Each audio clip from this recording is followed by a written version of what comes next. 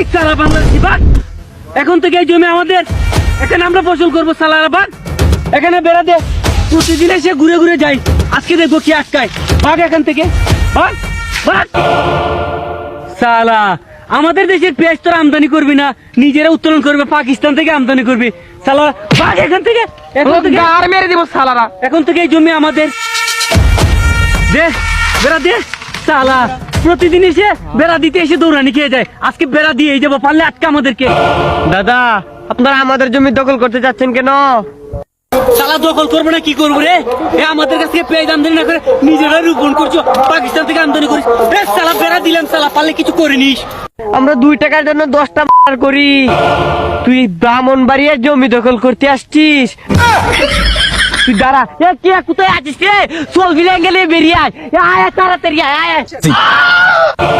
আরে দাদা, এটা তো শুনেছি বড় গরম এলাকা দাদা, এটা ব্রাহ্মণবাড়িয়া, শপিং বেগে যাই দাদা। এটা ব্রাহ্মণবাড়িয়া? দাদা তুই আমাকে বলবি না ব্রাহ্মণবাড়িয়াটা? দাদা জানতে পারিনি তো দাদা, বড় গরম এলাকা দাদা, বেগে যাই।